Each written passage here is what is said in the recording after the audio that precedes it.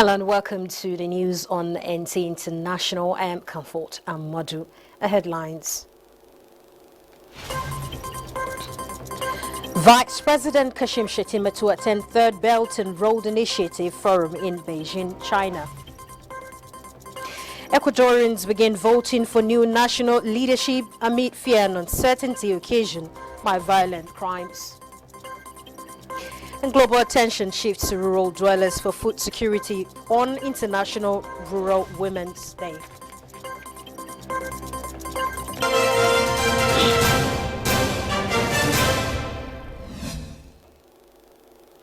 Vice President Kashim Shatima has departed Abuja for Beijing, China to represent President Bola Ahmed Tinubu at the upcoming Third Belt and Road Initiative BRI Forum, scheduled to hold from 16th to 18th of October 2023.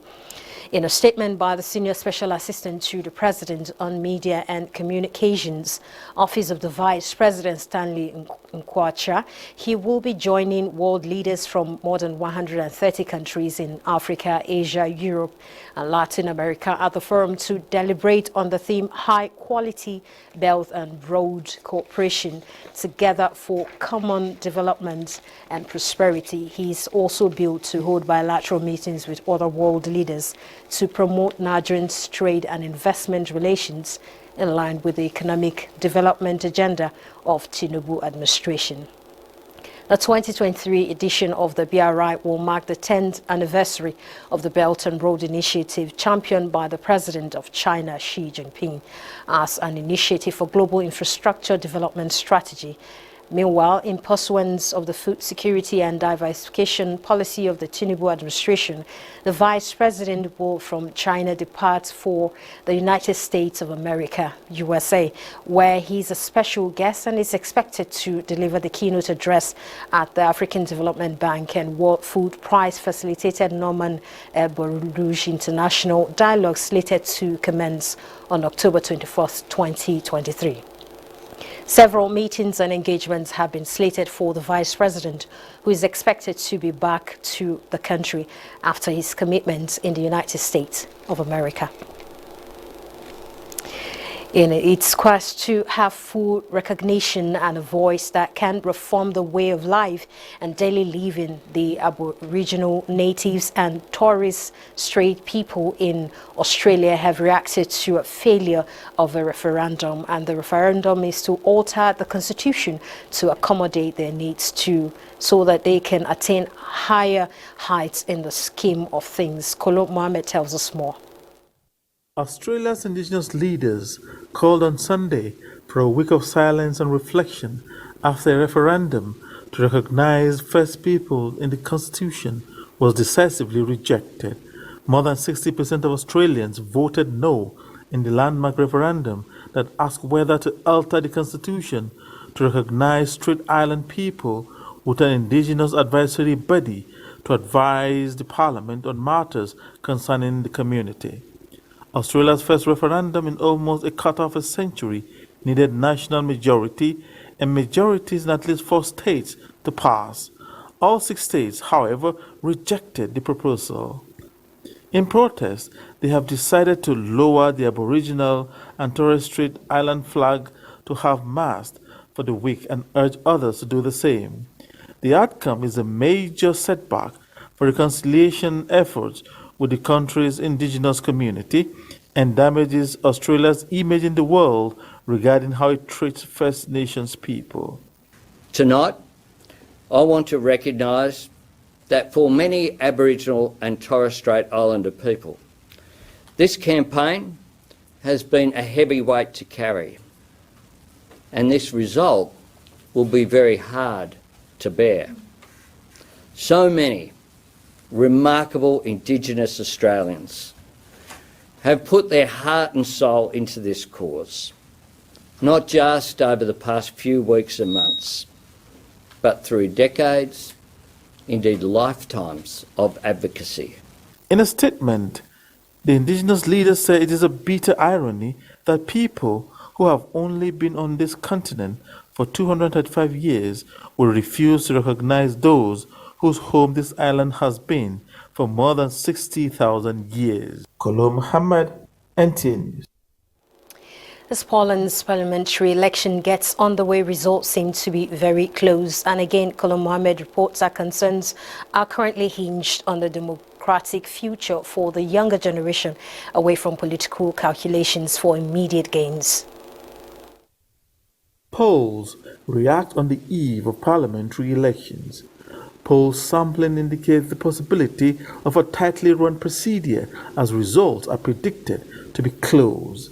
It may arrive at a 4% win for the ruling party, followed by 27% for the Civic Coalition, 11% for the Third Way, 10% for the New Left Socialist, and 8% for the Confederation Far Right. Poles have been voting in an election considered as crucial for the future of the country's ties with the European Union and neighboring Ukraine. According to the polls, the Populist Law and Justice Party in power will win the most votes, but may struggle to form a governing coalition, thus paving way for the opposition led by the former head of European Union Council, Donald Tusk. Mr. Tusk said they are voting again for the fundamental rights and values of the Polish population. Poland, he said, requires a paradigm shift the size of power change, which he hopes the ongoing votes will avail Poland. While working to bring this to you, reports flew in indicating that polls have closed and the incumbent president, Mr. Judah, has won the election and returned elected. These analysts say will enable him continue the controversial change to judiciary, which will further strain Poland's relationship with the European Union. Kolo Muhammad, NTA News. Ecuadorians on Sunday began voting for a new national leadership, and Kolo Mohammed reports that this is amid fear and uncertainty occasioned by violent crimes and substance abuse. Ecuadorians are voting for a new president in the midst of a drug war and reckless political assassinations that cut short the bid of a popular candidate. Voters at the polling unit in the Maria Mazzarello School in Quito, Ecuador, cast their votes in the presidential runoff elections. The finalists in this runoff election, a lawyer, Luisa Gonzalez, and Banana Empire heir, Daniel Noboa, campaigned in bulletproof vests and vehicles as fear envelopes the once peaceful nation of Ecuador. In August, the presidential election process in Ecuador captured international headlines after the assassination of presidential candidate Fernando Valenciano just 11 days ahead of the first round of votes. The attack reflects the deepening security crisis in what was once one of South America's safest countries, but where transnational criminal groups exert increasing control. Kolo Muhammad, NTA. And we go to Morocco, where Nigerians' reform efforts have been globally acknowledged and applauded as capable of putting the country on the path to economic recovery. Minister of Finance and Coordinating Minister of Economy, Wale Edun, confirmed this in Marrakech, Morocco, while briefing journalists on the outcome of Nigerians' participation at the 2023 annual meetings of the World Bank and IMF. From where Neka Oku reports that the Minister of Finance left the meeting with a new portfolio. For several days, the Nigerian delegation led by the Minister of Finance actively engaged with various stakeholders and participated in important discussions and panels. Most of these conversations, the minister disclosed, centered around Nigeria's need for increased domestic revenue mobilization as a crucial element in the country's long-term strategy towards achieving sustainable development finance. We also emphasized the overall need for support from the private sector around the world, because no matter how much you try and raise domestically, and no matter how much multilateral institutions are able to give, it is a drop in the ocean compared to if you can attract foreign direct investment. The minister also urged for continued multilateral cooperation to tackle debt challenges, which support the G20 Common Framework and the Global Sovereign Debt Roundtable. Nigeria is not leaving the annual meetings without a new portfolio, having been appointed as chair of the African Governors Forum. It means that Nigeria has the leadership of the African Governors Forum within the World Bank Group. It is Nigeria that will help to set the agenda and push the case, for instance, for a third member of the Board of Governors from Sub-Saharan Africa, so that we have a bigger voice in the governance, we have more representation in the board of the World Bank Group and the IMF. As the Nigerian delegation prepares to bid farewell to Marrakech, it is hoped that the outcomes and recommendations from this year's annual meetings will be carefully analyzed and considered in Nigeria's future economic policies to propel the country towards economic prosperity and financial stability. From Marrakech, Morocco, Neka Oku, NTA News. And Africa, for the first time in 50 years, hosts the IMF World Bank annual meeting as global economic growth projection remains unchanged. Plus, United Kingdom replaces face of Queen Elizabeth with that of King Charles in the country's coins. Details of these and more with Musa Aliu. Africa, for the first time, has hosted the International Monetary Fund and the World Bank annual meeting in 50 years. Morocco hosted the meeting, where IMF announced that it has provided about $80 billion worth of loans through programs and emergency financing. 60 countries have also had arrangements approved under the newly launched Resilience and Sustainability Facility. The IMF kept its 2023 global growth forecast unchanged, but warned that the economy is limping along as inflation remains high and the outlook for China and Germany were downgraded. With its young and vibrant population, the African continent has huge potential. Now it's the time for Africa and the international community to come together and help the continent make greater progress in its pursuit of stronger growth and resilience. Inflation, which has fallen sharply since last year, is predicted to remain elevated at 6.9% this year, up slightly from July, and 5.8% in 2024, up 0.6 percentage points.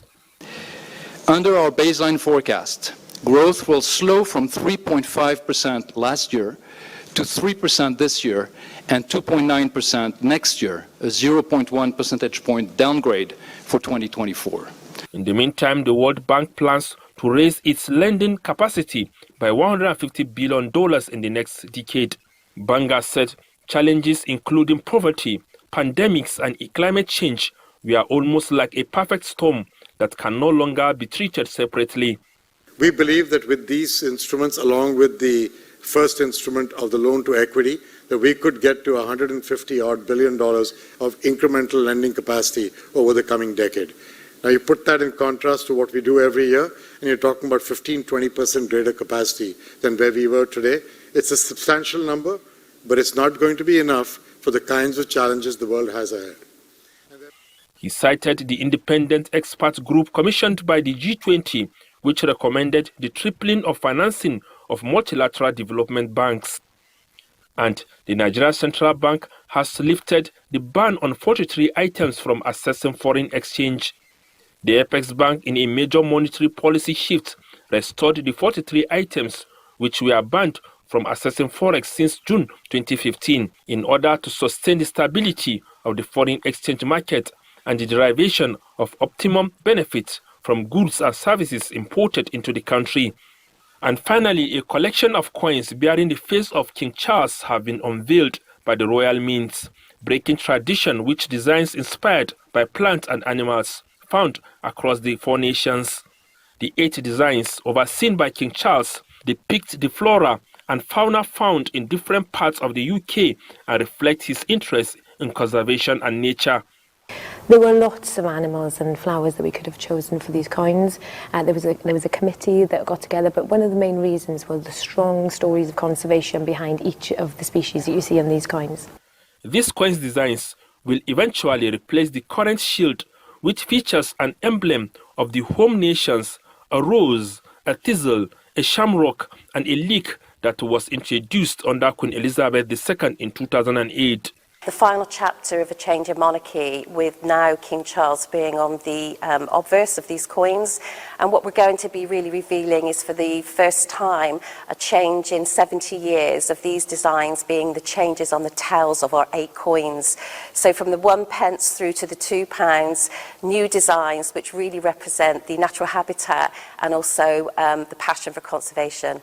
The coins will be in circulation by the end of the year. Musa Aliyu, NTA News. Now, advancing knowledge and practice direction in the Nigerian supply chain management is imperative for accelerated economic growth. This was the fallout of the International Symposium on how to bridge the gap that exists between the industry and the classroom. Kelvin Ehenwai reports. Economic growth and development are anchored on several pillars. Effective supply chain system is one of them. But the practice requires constant injection of new ideas, which is part of the reasons for this international symposium facilitated by the Department of Supply Chain Management, Federal University of Science and Technology, Owerri, drawing participants from around the world who joined the webinar to make their inputs. Primary ways that we see benefits in working with these executives. First of all, that connection to industry allows our students to be hired both in full-time jobs and in internship roles. So having that closer relationship with the companies is very beneficial in making sure that we help our students as they leave and graduate and are able to go get jobs. With an advisory board in place at the symposium, practitioners are hopeful that it will help breathe life into the core tenets of the theme, which is universities and industry partnership for sustainable supply chain management education and professional practice in Nigeria. Kelvin Ebonwaye, NTA News. NTA International News is live in Abuja. More reports ahead. Stay tuned.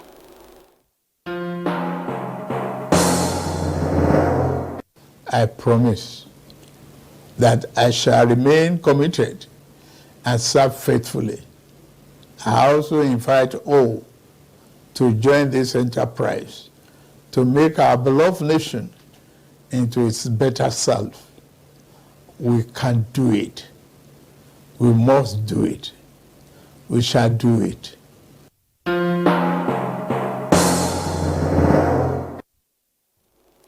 The Minister of Niger Delta Development has assured the people of the region that the President Tinubu's administration is committed to tackling the perennial problem of development in the oil-rich region. This was during a meeting with leaders of the All Progressives Congress from Edo State. Ekene Ndulue reports. The challenge of development in the Niger Delta region is one that has persisted for decades, and now a task before the Minister of Niger Delta Development, Abubakar Momo. His visits to various states within the region shows the level of dilapidation in the area. APC leaders from Owan East local government area in Edo State are happy the minister is taking proactive steps to tackle challenges in the area. They are requesting for roads rehabilitation and human capital development in their local government area.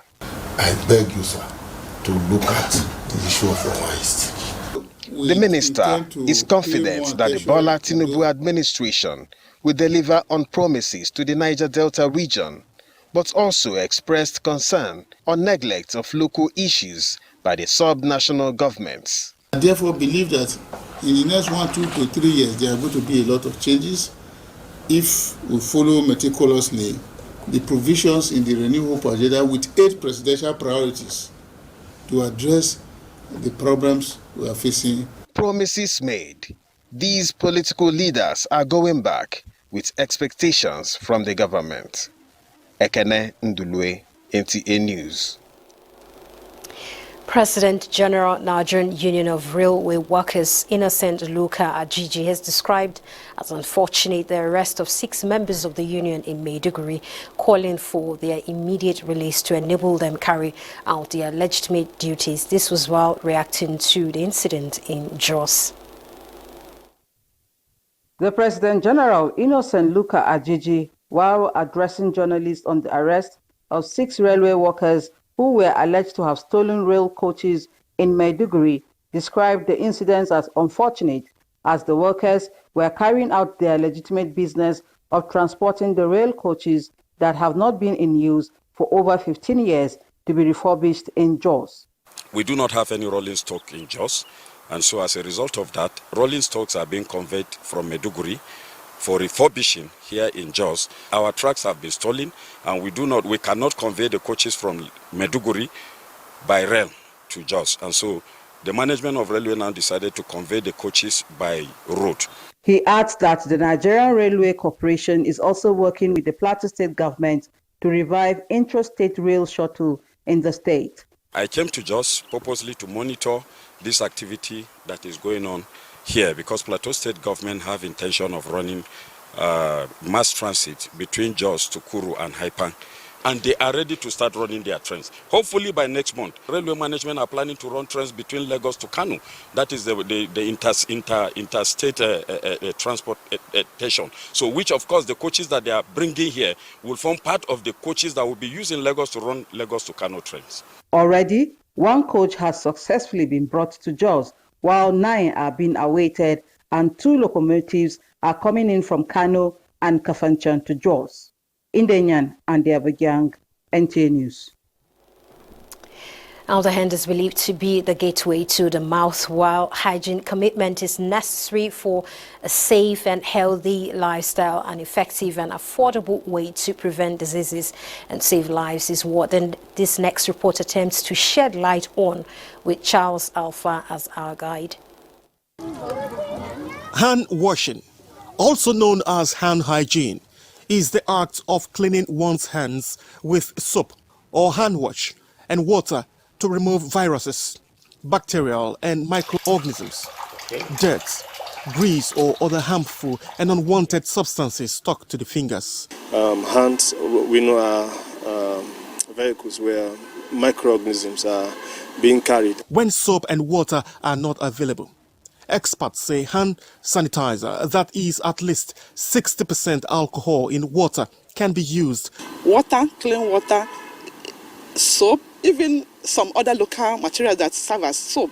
In doing this, they also recommend one washes both hands, including the tips of fingers, the palms, the thumbs, and after using the toilet for urination, defecation, cleaning a child, before feeding, and after preparing food. Before you go to the dining hall, what do? You wash your hands. After using the restroom, you wash your hands. When you touch something that is not healthy, you wash your hands. School children are the major targets in this campaign, and my interactions to gauge their knowledge on the subject matter prove profiting. Good hand hygiene is critical for preventing the spread of infectious diseases and helping children lead long, happy lives. It brings a safer environment. It reduces the risk of spreading germs. With this year's theme being clean hands are within reach, hand hygiene experts say is central to preventing the spread of infectious diseases. The coronavirus pandemic was a major turning point on hand washing, and now that some countries have been declared free from the pandemic, hand washing and display of soap and water in public places seem to have disappeared. Does it mean we no longer need it? Most important aspect of the prevention of that disease is preaching of hand washing. I don't need to tell you wash your hand anymore. People were washing hands, people were using hand sanitizer, but now the whole thing, because the disease has gone down, the whole thing is, people are now living that habit. 15th of October every year is designated as Global Hand Washing Day, after it was first marked in 2008 to re-emphasize the importance of clean hands to a healthy living. Charles Alpha, NTA News. Let's now take a look at the 2023 International Rural Women's Day, which is focusing on the role and contribution of the rural women to the global food production and supply chain, as the Nigerian First Lady pledges to support small-scale women farmers with equipment and input. The theme for the year is Rural Women Cultivating Good Food for All. Veronica Ona, a mother of 5, is a native of Mbu Akoti, a farming community in Isuzu local government area of Enugu State. He is among women that are actively participating in agricultural activities in the community. She told me that without women, men in the community will not have food on the table. I'm a teacher by profession, but I was not employed, and they taught us how to process garri in a new way that will be faster. Not only in Enugu, across the country, women were identified as major stakeholders in agricultural activities. These women say women participate in land clearing, planting, harvest, as well as marketing of agricultural produce. Now women have improved processing. The quality of rice is good, and then Nigerian rice is now becoming competitive because they are able to harvest in a better way using simple agricultural tools. Access to land, finance, including heavy-duty equipment, are identified as major constraints to rural women. To further alleviate some of these challenges, Nigeria's First Lady Oluremi Tinubu is to distribute mechanized farm tools worth 151 million naira to rural women as support to ease difficulties in farming. The First Lady has already volunteered. She is bringing in a lot of agricultural machines to give out to these women. As we are about to give them these tools, teach them, bring the Chinese people that will teach them how to use these tools, let it be something different that will improve their lives. Minister of Agriculture, on the other hand, says the intervention of food security will include women, especially in smart agriculture for climate adaptation.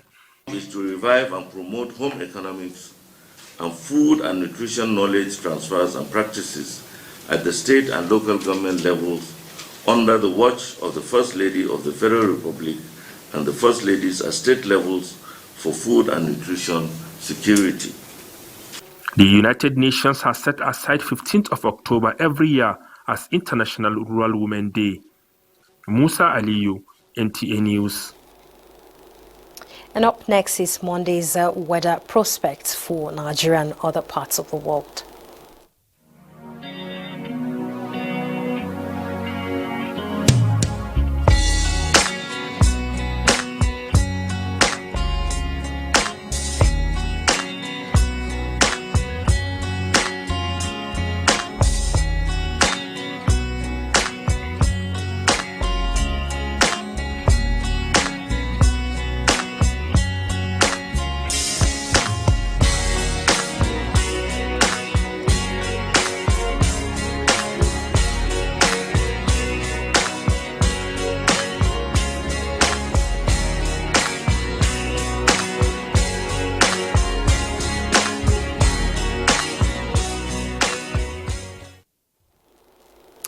That's the news on the NTA International. Many thanks for watching. I am Comfort Amodu.